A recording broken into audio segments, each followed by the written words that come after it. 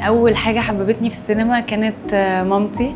كانت دايما خروجتنا يعني كانت ان احنا بنروح السينما حفله من 12 ل 3 وبعدين من 3 ل 6 وساعات من 6 ل 9. فاتربيت على انه ده الخروج بتاعي، فاي فell in love مع السينما.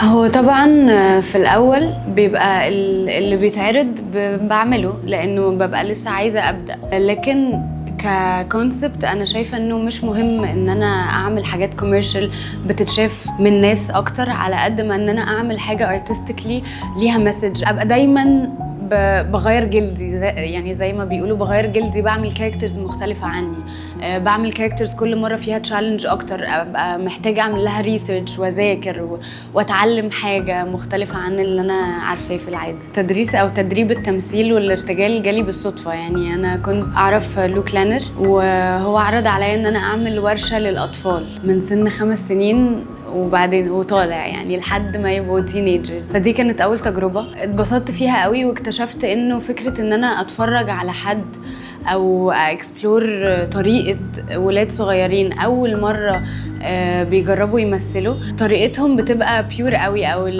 يعني they perceive الحاجات بشكل مختلف عن الناس اللي عندها experience. بتعلم منهم كتير قوي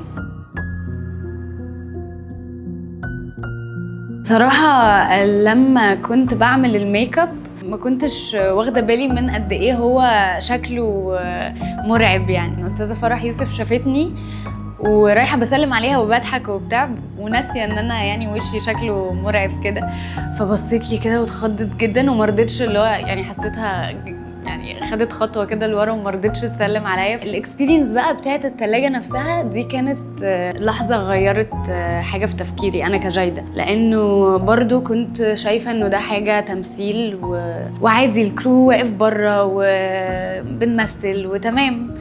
اول ما دخلت جوه وخبولي بقى وشي وقفلوا التلاجة استوعبت انه لا، دي اكسبيرينس غيرت فيا حاجه، انه كلنا يعني في يوم من الايام في لحظه ممكن نبقى في الحاله دي. وفي بنت قالت لي انا محاميه، ممكن امسك موضوع هنا ده، ما تقلقيش خالص، قولي لي بس مين اللي عمل كده وانا هجيب لك حقك. فدي ضحكتني جدا.